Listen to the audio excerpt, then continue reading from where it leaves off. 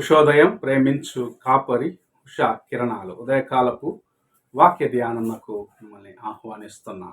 ప్రార్థనతో ఈ ఉదయకాలమున దేవుని యొక్క వాక్యము కొరకు సిద్ధపడదాం. ప్రార్థన. మమ్మల్ని మిక్కిలిగా ప్రేమిస్తున్న పరలోకపు తండ్రి, ఈ ఉదయకాల సమయానికై వందనములు స్తోత్రములు చెల్లించుకుంటున్నాం. కృపను బట్టి దేవ మరి యొక్క దినమును అనుగ్రహించిన విధానాన్ని బట్టి వందనాలు. ఈ ఉదయకాల సమయమున మాతో మాట్లాడు, వినగలిగిన చెవిని గ్రహించుకునే హృదయాన్ని అనుగ్రహించి నీ కృపలో స్థిరపరచమని యేసు పరిశుద్ధ నామమున అడిగి వేడుకుంటున్నాను పరమ తండ్రి, ఆమేన్. ఈ ఉదయకాలపు వాక్య భాగము కీర్తనల గ్రంథము 91వ కీర్తన మొదటి 3 వచనములను చదువుకుందాం.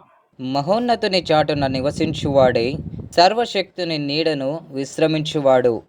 ఆయనే నాకు ఆశ్రయము, ఆయన నా కోట, నేను నమ్ముకొను నా దేవుడని నేను యెహోవానగు గూర్చి చెప్పుచున్నాను. వేటగాని ఉరిలో నుండి ఆయన నిన్ను విడిపించును, నాశనకరమైన తెగులు రాకుండా నిన్ను రక్షించును. మహోన్నతుని చాటున నివసించువాడు సర్వశక్తి నీడను విశ్రమించే వాడిగా ఉన్నాడని కీర్తనకారుడు చెప్పటం చూడగలము.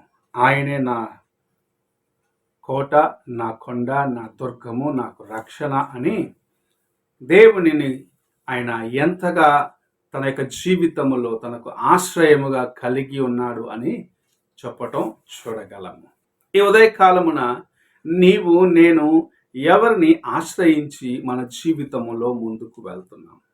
మన జీవితంలో అనేక సార్లు లోకములో ఉన్న వారిని ఆశ్రయిస్తూ ఉంటాం. ఒక కష్టం వచ్చినప్పుడు ఎవరు మనకు అప్పిస్తారు, ఎక్కడికి వెళ్తే అప్పు దొరుకుతుంది, ఈ సమయంలో ఎవరి దగ్గరికి వెళ్ళి అడిగితే బాగుంటుందని ఆలోచిస్తూ మనం అనేక సార్లు అనేక కార్యములు చేస్తూ ఉంటాం. అయితే నీవు దేవుని చెంతకు చేరి ప్రభువు యొక్క నీడలో నీవు దాగి ఉండి ప్రభువా నాకు సహాయము చేయమని ప్రార్థించిన ఎడల ప్రభు నిన్ను ఆయన ఎంతగా ప్రేమిస్తున్నాడు అంటే తన రెక్కల చాటున దాచి ఉన్నాడు. కోడి తన పిల్లలను కాచిన విధముగా, గద్ద రాకుండగా, గద్ద చేతులు అవి చిక్కుకొనకుండగా ఎంత జాగ్రత్తగా తన రెక్కల చాటున దాచుకుంటున్నాడో అలాగూ ప్రభు నిన్ను నన్ను దాచి ఉన్నాడు కనుక ఆయన యొక్క నీడలో ఉన్న నీవు నేను ఎటువంటి పరిస్థితిలో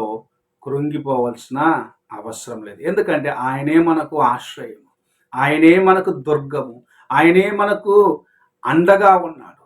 ఆయన మనల్ని నడిపించేవాడిగా ఉన్నాడు, మన బలహీనతల్లో బలమిచ్చేవాడిగా ఉన్నాడు. ఆయన మనకు ఆశ్రయముగా ఉన్నాడు.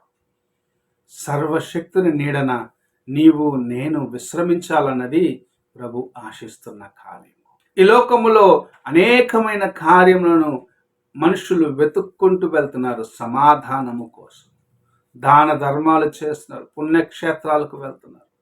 అయితే ఎవరైతే దేవుని పాదముల చెంతకు వచ్చి తమ హృదయములను సమర్పించుకుంటారో, ఎవరైతే నిజరక్షకుని యొక్క కృపను సంపాదించుకుంటారో, ఆయన నీడలో ఉన్న విశ్రాంతిని గురించి తెలుసుకుంటారో వారు నిజముగా ధన్యులుగా ఉన్నారని దేవుని యొక్క వాక్యము సెలవిస్తుంది.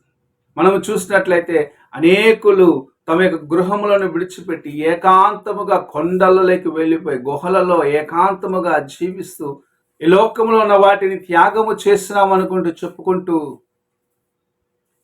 సమాధానము కోసం వెతుకుచూ ఉన్నారు, విశ్రాంతి కోసం వెతుకుచూ ఉన్నారు. అయితే కనుగొనలేక ఉన్నారు.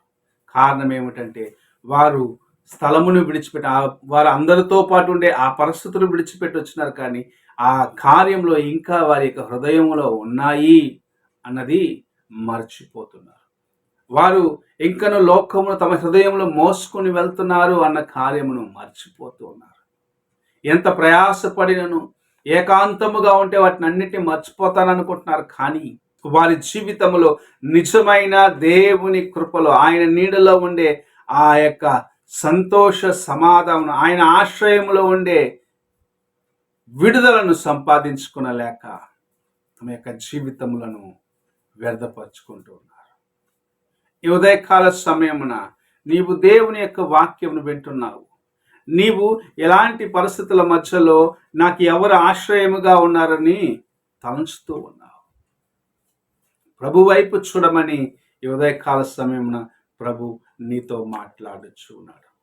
మనము చూసినట్లయితే బైబిల్లో అనేక మంది పరిశుద్ధులు ఆయన వైపు చూసి జయమును పొందిన వారిగా, ఆయన వైపు చూసి లోకమును జయించిన వారిగా, లోక కార్యములను జయించిన వారిగా ఉండటం మనం చూస్తూ ఉన్నాము. దానియేలు, షడ్రకు, మేషకు, అబేద్నగోలు, యోసేపు వంటి వారిని మనం చూసినప్పుడు లోకములో అనేకమైన కార్యములు వారిని ఆకర్షించినప్పుడు ఆయన వైపు చూసినారు. ఆయనలో సమాధానం ఉన్నదని ఎరిగినారు. ఆయనలో ఉన్న ఆనందాలను సంపాదించుకునే దానికి ప్రయత్నించినారు. గొప్ప కార్యములను వారి జీవితంలో దేవుని చేత అనుభవించినారు. ఎందుకంటే వారికి కోట, వారికి కొండ, వారికి దుర్గముగా ప్రభువు ఉన్నాడు. సింహపు బోనైనను సరే, మండుచున్న అగ్నిగుండమైనను సరే, చెరసాలైనను సరే, ఎక్కడికి వెళ్ళినను దేవుని కోసము ఆయనే మాకు ఆశ్రయము, ఆయనే మాకు దుర్గము, ఆయనే మా సహాయం అనుకున్నారు. కాబట్టి ఆయనను తప్పక వేరెవరిని మేము ఆశ్రయించము అని వారు స్థిరముగా నిలబడిన దాన్ని బట్టి తమ జీవితంలో అనేక కార్యములను ప్రభు మనకు మాదిరిగా ఉన్నట్లుగా అనేక కార్యములను వారి ద్వారాగా ప్రభు చేసి ఉంచుతారు. ఈ ఉదయకాలమున నీవు ఎవరిని ఆశ్రయిస్తున్నావు?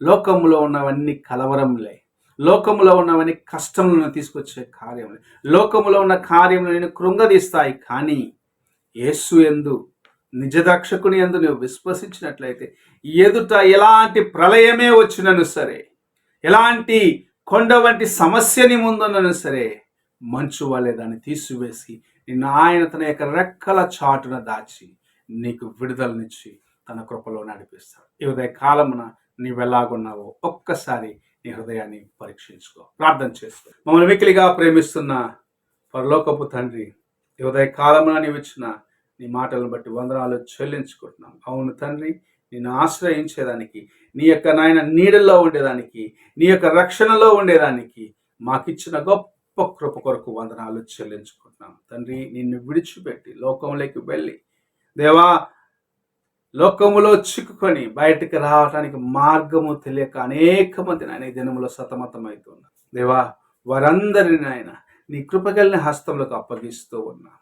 దేవా, మేము నిన్ను ఆశ్రయించిన రీతిగా వారును నీ యొద్దకు రావటానికి నీవు మార్గమును సరళము చేసేదానికి ప్రతిదినము చేతిలో చాచి ఉన్నావని గ్రహించుకునే ఆ కృపను దయచేయమని వేడుకుంటూ ఈ ఉదయకాల సమయమున నీ వాక్యము చేత దేవా మాతో మాట్లాడిన విధానం బట్టి వందనాలు చెల్లించుకుంటూ నీవే మాకు దుర్గము, నీవే మాకు కోట, నీవే మాకు కొండ, నీవే మా కేడమని గ్రహించుకొని ఈ సన్నిధికి రావడానికి సహాయం చేయమని యేసు పరిశుద్ధ నామమున అడిగి వేడుకుంటున్నాను పరమ తండ్రి, ఆమేన్. తండ్రి అయిన దేవుని ప్రేమ, కుమారుడైన క్రీస్తు కృప, ఆదరణకర్త అయిన పరిశుద్ధాత్మిక సహవాసము ఇప్పుడును ఎల్లప్పుడూ తోడై ఉండి సదాకాలము నడిపించును గాక. ఆమేన్.